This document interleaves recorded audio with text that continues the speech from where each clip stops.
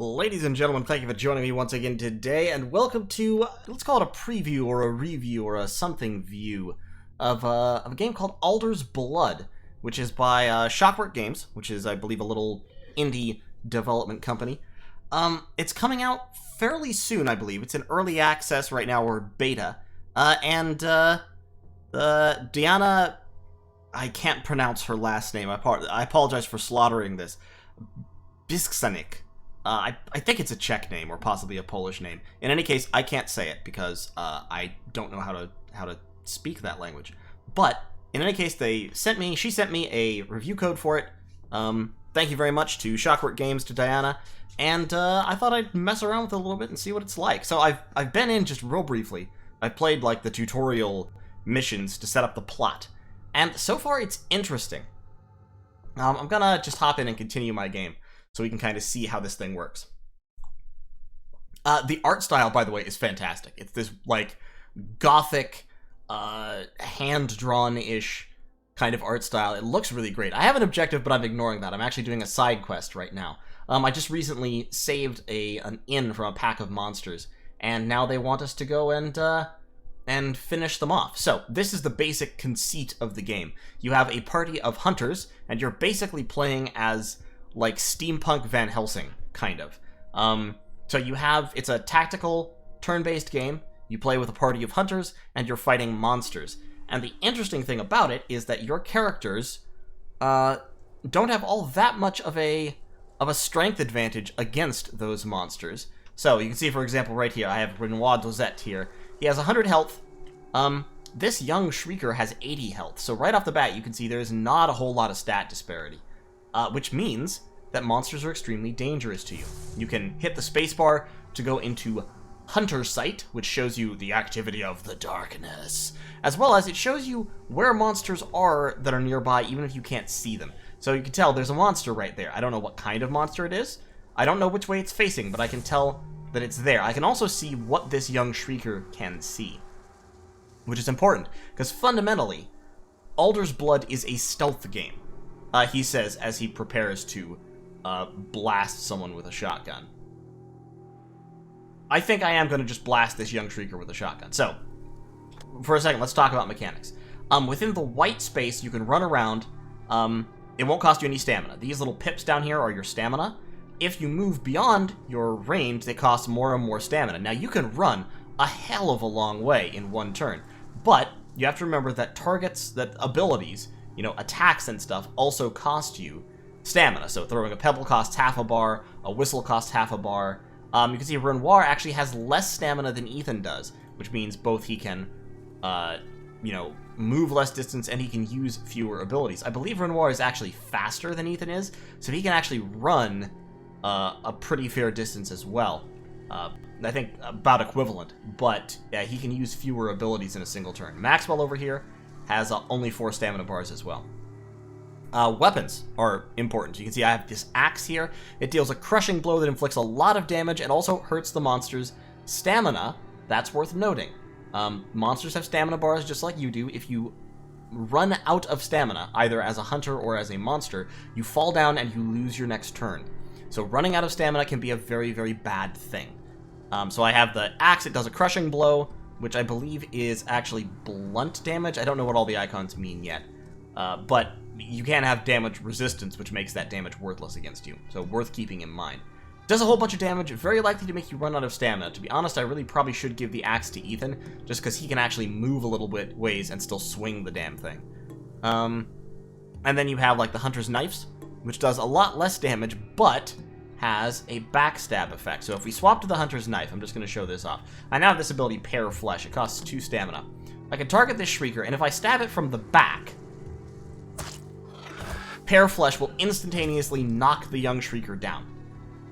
I didn't really need to do that to this young Shrieker because I have the damage to just kill it, but when a monster is knocked down, you unlock this Banishment ability, which instantly kills a knocked down target. It costs a whole bunch of stamina to do so, but can still be worthwhile. So if we move Renoir up here, we can banish this guy, and we get a nice little cutscene of our guy turning into a darkness monster and smacking the beast into another dimension.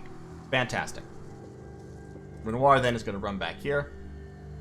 Try and kind of stay out of sight. You can see here I have a cover, that little doohickey there, so people from that side, I hope at least, can't see me. You can also have cover by getting into tall grass. When the little thingy is purple, that means that you won't be seeable. Okay, so now I can see that there are actually 3 monsters, and we have high darkness activity. That's bad.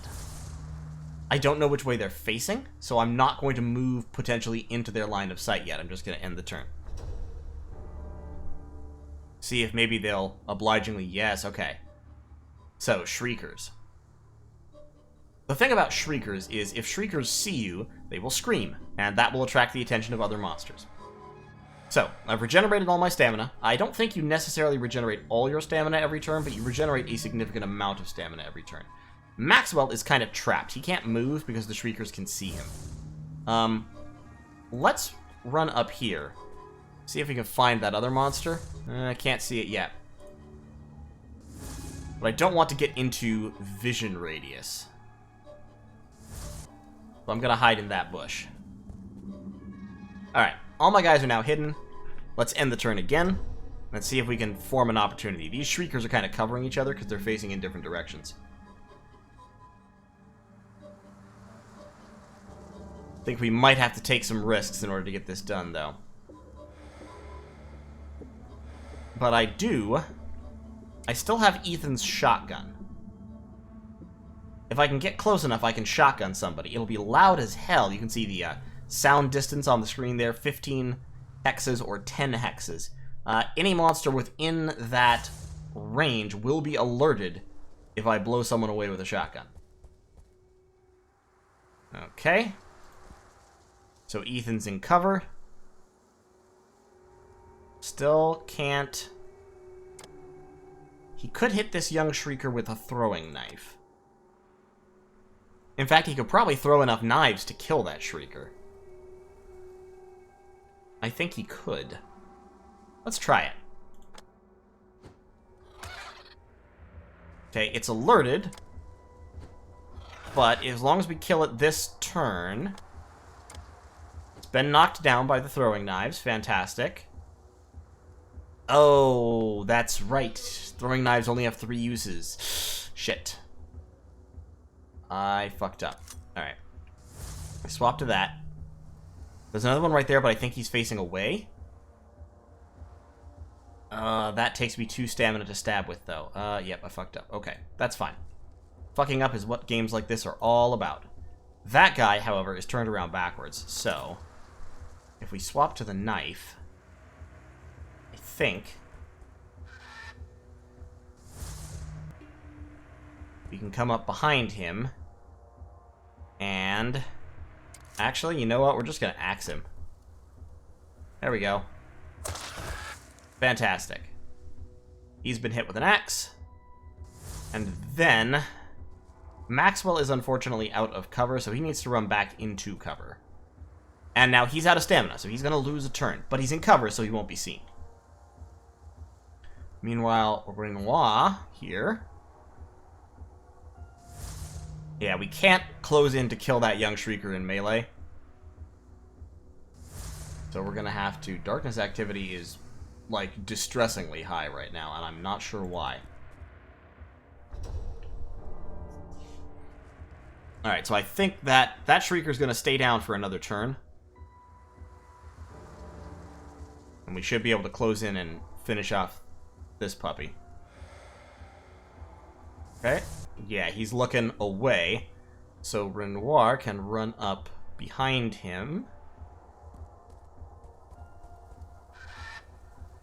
Yep, like that. And... shank. Great. And now Ethan, that guy is laying down on the job.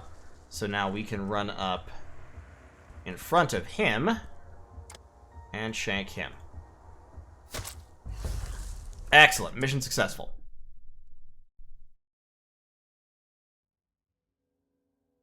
So, got some experience on all our guys. We're close to leveling up. We are, however, we just get plus 950 corruption. I don't know what that does. I I by no means know what all happens here. So, we're gonna camp real quick, and let's set some people to scavenging. We've got 2 people crafting, which we don't need. I want you to scavenge, so we can scavenge some food and silver here. You're guarding the camp. You can rest.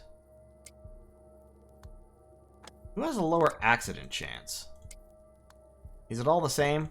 Okay. So this game has an interesting mechanic where when you put multiple people on doing one thing, they get kind of diminishing returns. So you can see the first guy scavenging gets 20 to 28 food, 10 to 20 silver, etc. And a 13% accident chance. If you add a second person, the rewards increase by less. In this case, they increase by, 6 to 12 silver, 12 to, 23 food. But the accident chance also increases by less. And then if you put in Ethan here, once again, slightly diminishing returns. That's fine. I think that's actually kind of cool. It encourages you to spread your guys out among different jobs. I'm going to set 2 people to guarding, because I want to keep our ambush chance down. Even all 4 guarding can't actually save us from ambushes. So we're going to have 2 guards, 2 scavengers, nobody resting, because I think that's mainly for healing, and nobody's taking any damage. So we're in pretty good shape there. Unfortunately, I can't scavenge anything except food. But this will give us a net positive on food guaranteed, because spending a day requires 20 food. And actually, I do want 1 person crafting, because let's have Hugo craft, because I'm building a pistol and I want to finish that up. So let's wait a day. I love the art in this game, by the way. Everything you do has one of these screens show up. Okay, so this is a new mechanic as well. So hunters over time become corrupted. If corruption reaches dangerous, the hunter runs amok. And when corruption spreads, you get weaknesses to things. So everyone's corruption is now rising. Got it. I think that must be linked to performing missions. I say that because Ethan Gray here, I didn't have him on that mission. No, it wasn't Ethan. Who was it? It was, Hugo. I haven't been taking Hugo on missions because his corruption was rising. So I didn't want to take him. I wanted him to, live out his life. And now everyone else has gotten rising corruption. Now, his corruption is still worse than everybody else's, but that makes me think. So either it's just time-based or it's linked to missions. In either case, there's actually no benefit to be derived from keeping Hugo out of the line of fire. So we'll see what we can do. In any case, there is an interesting mechanic surrounding that called sacrifice, where you can actually kill a hunter to help another hunter out. So for example, if we have Maxwell here, and then we have Hugo, you can see here that when we sacrifice a hunter before he goes mad from the corruption, it uses up some food, but it transfers the majority of his experience to the hunter that we are sacrificing him for. So you can kind of use that to manage the whole problem. We can also, of course, recruit new hunters. That requires money, but presumably they start with no corruption, and so you can sacrifice your corrupted hunters to transfer that experience into the new guys and, keep yourself going that way. But what we need to do is we need to travel to the inn so that we can talk to Cora Griggs and get a reward for the job we just did. Look at that. Look at the mustache on that guy. So let's talk to Cora. How was the hunt? The rest of the monsters are slain. Here's the charm I promised. Great. So I got a soldier's charm. I am, unfortunately, critically short of stuff. I definitely need some food. I have this hunter's pistol, which I want to keep. I also have throwing knives. Antidote. I want to keep all of these things. I also want money. I'm gonna buy 50 food, just to give me a little bit of that. And then let's run off towards the Cavern of Whispers. That's gonna cost 80 food to get to. Yikes. Hold up.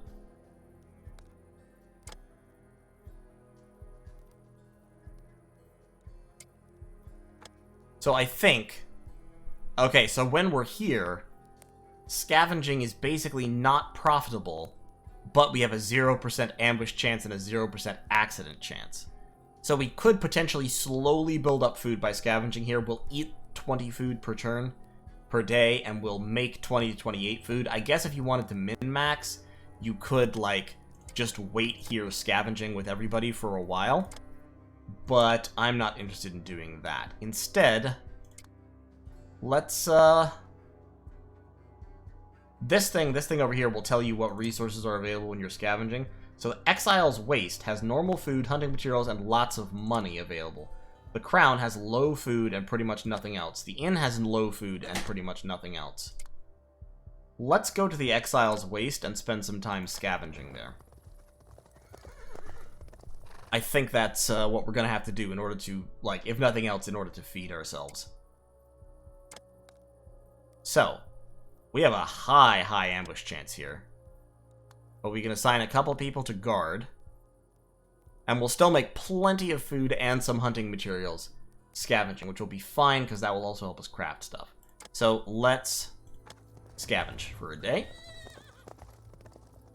It's risky, but yeah, 58 food, 11 silver, 18 hunting materials. Great. If we go to the crafting wagon now, if we can build up enough ritual ingredients, we could get a harpoon launcher, which does a ton of damage and is also silent, so it doesn't attract attention. We could craft another hunter's pistol right now, which I think I might do because it's nice to have that ranged ability. And it's going to take 15 crafting points. If we look at our menu here, what we can do is we can assign somebody to crafting, and that gives us crafting points up here. Hugo actually gives us 15 all by himself. And we'll still be positive on food, so let's go ahead and do that. There's a 14% ambush chance, but I think it's worth the risk.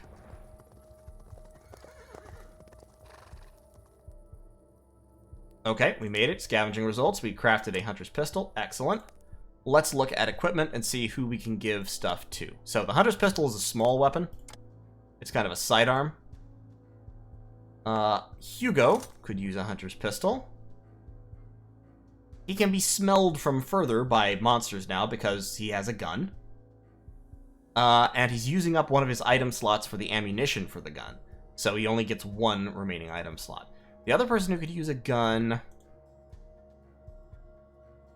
You, I think I'm going to leave with the knife because you're going to rush into melee with the axe anyway. You have the double-barreled shotgun, so you want a knife. Renoir, we can give a gun. There we go. And then he can only carry one net then, but that's fine. Ethan can also carry a net. Charms are something like armor. Once you put a charm on, you can't take it off, which I think is an interesting choice. Once you give somebody a charm, they always have to have a charm there. You can swap it out for something else, but that will actually destroy the charm that they already had. I am going to give this guy a soldier's charm, so he'll have a little bit more health. And Maxwell, I'm also going to give... that lowers the smell range. I'm also going to give him a soldier's charm, so he'll have 110 health. Now, what's interesting about this is the fact that charms can't be removed means that when you give a charm to a hunter, you are committing it. It's going to be destroyed when they die, and they are going to die because they have this corruption mechanic. So that's very interesting. Hunters are always going to be disposable in this game, and that's very different from most tactical games of this kind. I mean, even in, like, the old XCOM game from 1994, yeah, people were going to die eventually, but you could, theoretically, keep somebody alive for a very long time. The Crown, by the way, is kind of our base of operations. Like, if we go there, we can swap hunters. You know, that's where new people who are hired go, I believe. And it's if we kick hunters out of our party, they go to the Crown to wait, which I think is a way that you can manage corruption and keep people around for longer. But let's go to the Cavern of Whispers and talk about and see the next part of the story. It's going to take 60 food to get there, but we have 100, so we should be fine. Okay, so Duke is the... and the story you can kind of go through by yourself. So Duke lost his sight in some mysterious thing. The tutorial mission was Duke's little, mission. And the basic plot here of this game is that basically some time ago God died or was murdered and is rotting, presumably somewhere, his body. And that's causing the, like, infection of darkness that makes all the monsters and stuff. So we need to talk to Wright, who is Duke's buddy. Locked path. Yeah, let's go for it. So we'll get a soldier's charm, 30 materials, 5 ritual ingredients, and 450 experience. So all these guys should level up when that happens. So we need to find a way through the woods.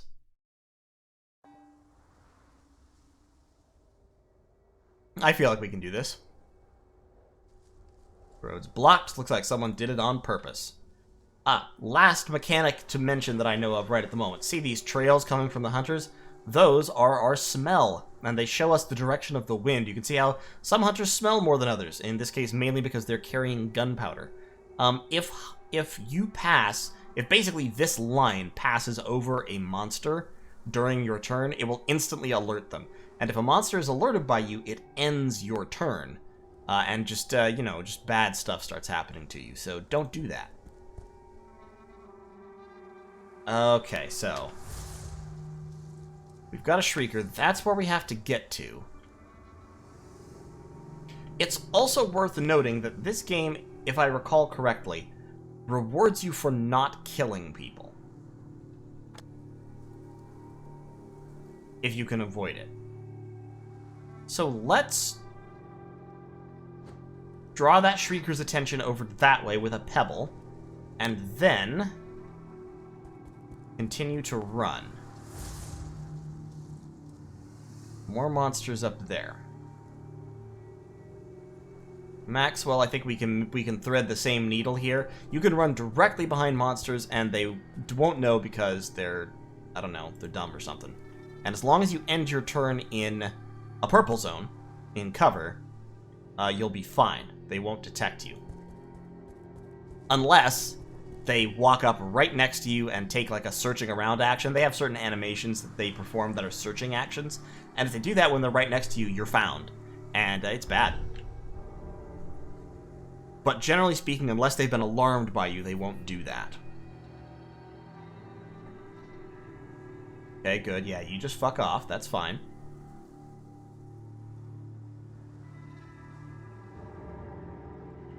Okay. Now, the wind has changed direction. This happens, I believe, every turn. If it doesn't happen literally every turn, it happens most turns. And it can definitely screw you up if you're not ready for it. Unfortunately, that guy has me covered in his vision, so we're going to have to throw a pebble again to get him to turn away. I think I threw that pebble too far from him. How about right there?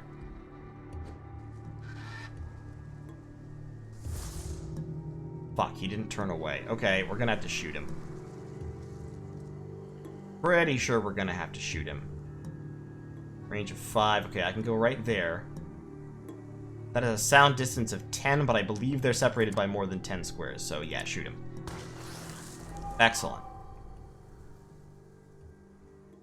Okay. Did anything terrible happen?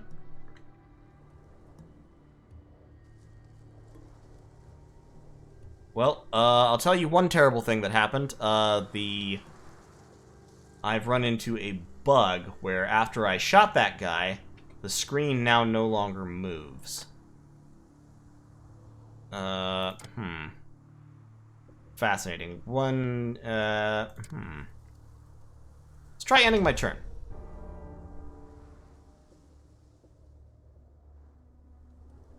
Maybe ending my turn will magically fix it.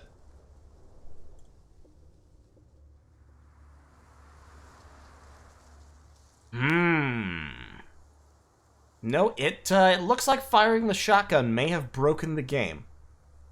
That's a little disappointing. Because this was being such a good game so far.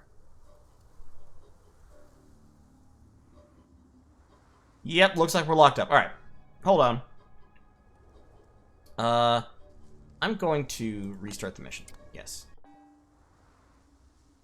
Try restarting the mission. Okay. Blocked path. Road is blocked. Yes. Okay, so everything's working now. Interesting. That's definitely something that's worth fixing. But, yeah, looks like you're not allowed to shoot people with shotguns. That young seeker is facing away, so you know what? To be honest, no, not slash. You've got a pistol, right? Sound distance of 5, 40 damage. And 10. The hunting blade, it says, does 40 slash and 40 blunt. I don't know if that means it does both or just one. Let's find out, because this young seeker has 80 HP. Okay, it does both. Great. Then let's hide right there. Ethan. Now, I need to test this. I want to see if the shotgun always locks the game right now, or just sometimes. So, we're gonna run up here. Buckshot this guy. Okay, so it wasn't the shotgun itself that locked the game up. I think what was happening was, it was trying to do the calculation to see if somebody else had heard the shotgun, and possibly this guy down here this Shrieker, heard the shotgun blast, and the game didn't know how to handle that. I think that's what just happened. So, as long as it's the last monster in the area that you blow away, you should be fine.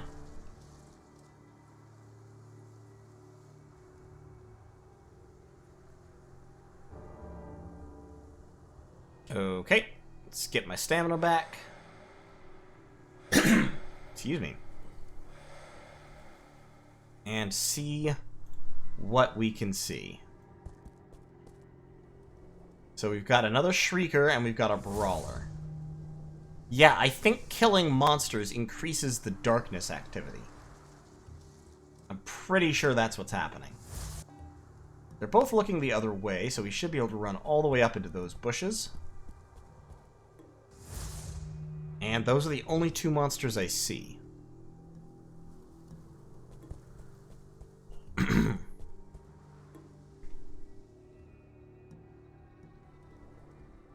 I can reload.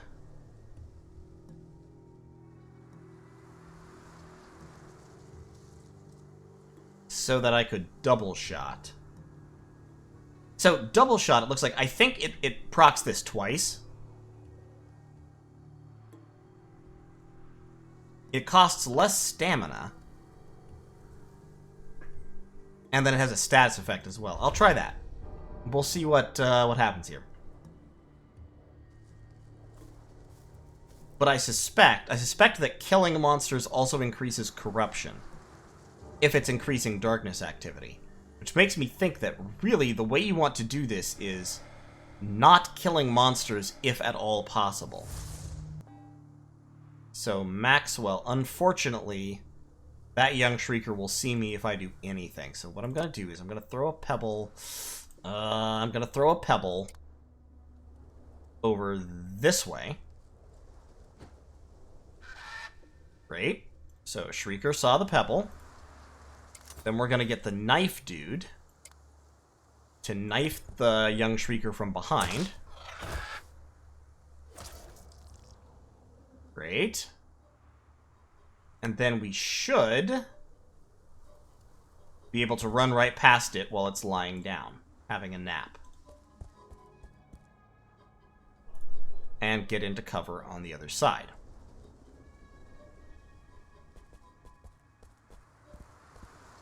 Without having to actually kill... What is that? Is that an evil tree? That's an evil tree thing. Okay. I feel like we're supposed to go to the, I feel like we're supposed to go to the log.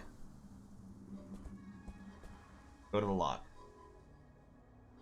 Okay, it's a watcher. So they'll make a loud sound. They're invulnerable to attacks. They'll go to sleep after a turn. Renoir, get over there where you can be, like, hidden. So we have to get past it and leave the area up there. Got it. We should be fine. And that young Shrieker is going to bleed to death, which should also be fine. It probably will still count against me. Okay, so the Watcher has gone to sleep. We're all outside the Brawler's view radius. Yes. So, let's pass the Watcher. I don't see any more monsters. But I'm still going to be careful. Yeah, because there's a couple Shriekers and there's another monster right up there. And very little oh, fuck, he ran out of stamina. That was a mistake on my part. Okay, you have 5 slots, so you can run right up there with no consequence. Great. And you, good old Renoir, you can get up into those rushes.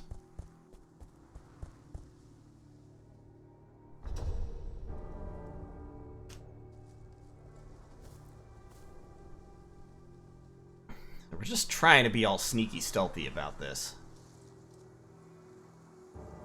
I don't know how much sneaky stealth is actually going to be allowed, to be honest. We may have to kill another monster to get by. I feel like, as hunters, we actually shouldn't have any qualms about killing monsters to get by. Maxwell is out of it. So to be honest, we may as well just wait another turn.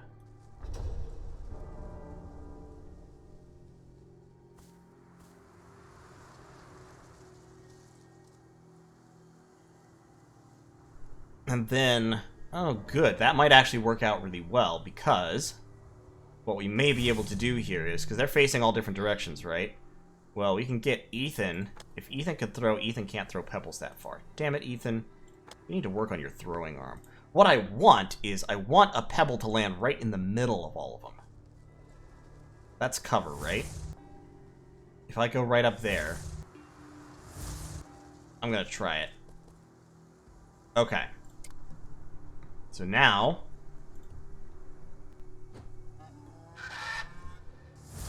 yes, now they're all looking in that direction. So, Maxwell can, staying in cover, run back down here, and then over this way around the rock. And then up there. And Ethan, similarly, can run around the rock and then go up to there. Yay, stealth mechanics. And Renoir can run up to meet him. Sweet. Pacifist monster hunters. May wonders never cease.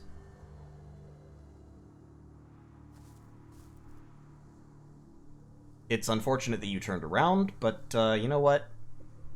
These things happen sometimes.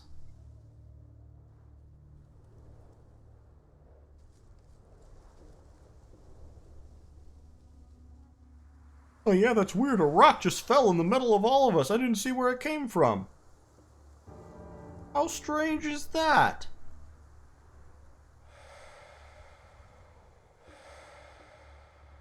Boy, the world is sure full of mysteries. Oh. That's kind of the badness, isn't it? Kind of the badness. Hey, hey, you wanna look at this pebble?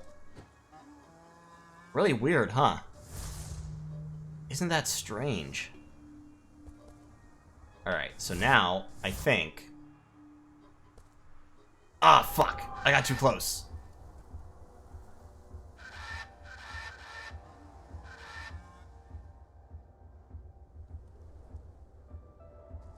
Oh, and now Max... hide. I think he can make it. I think he's at the edge of vision. Yeah, okay, so he made it. You can make it. And now I'm hoping that Maxwell won't be found in this coming turn. I cannot throw a pebble because it will use up my remaining stamina. Alright, Maxwell, cross your fingers, hope and pray.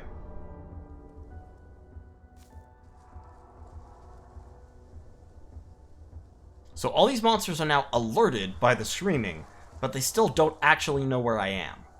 Only that guy knows where I was. Don't you fucking dare. Don't you dare find me. Okay, he passed me. He didn't find me. Good. Go away. Goddamn Shriekers, am I right?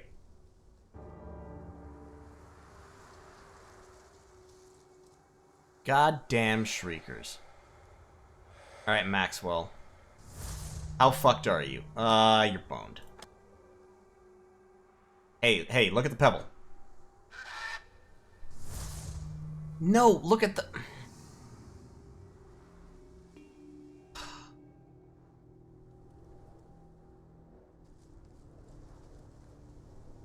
Alright.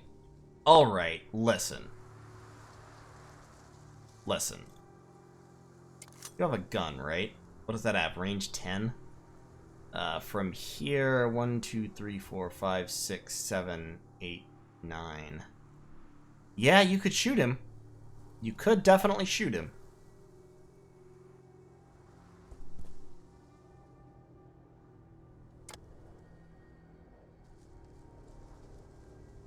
It might draw his attention away. Did it? Yes, it did. Thank God.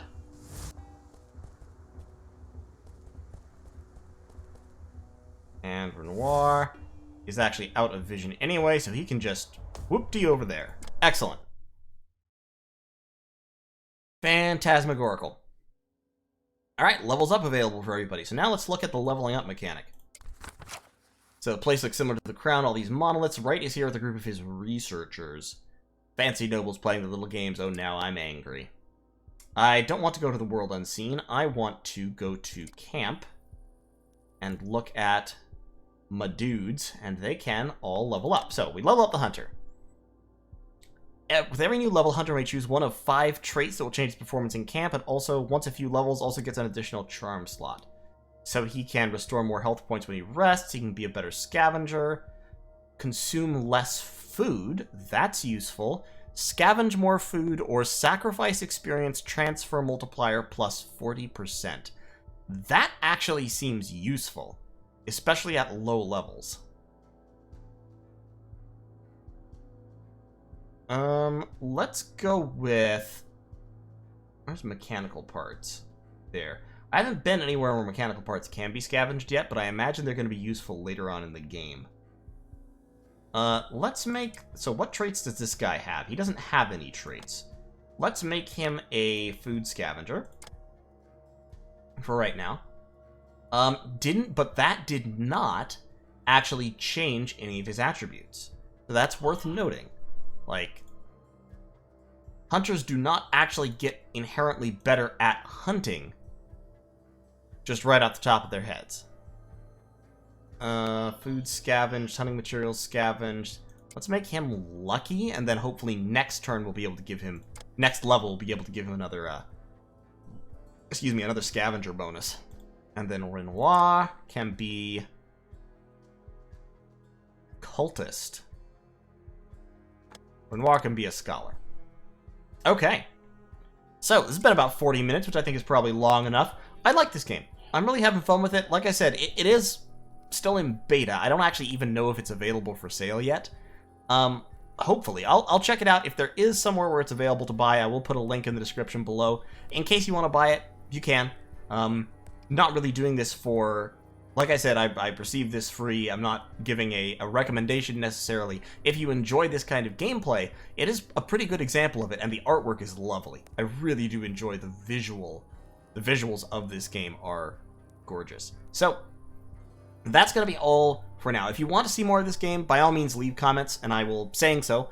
And, you know, if I get a good enough reaction, I'll continue playing it, because it is fun. I'm probably going to be playing it a little bit in my spare time anyway, but I won't be making a ton of videos on it unless, you know, the channel goes wild for it. But I hope this has been enjoyable. This is Alder's Blood by Shockworks. Great little tactical stealth assassination murder and treachery game. And thanks for watching. I'll see y'all next time.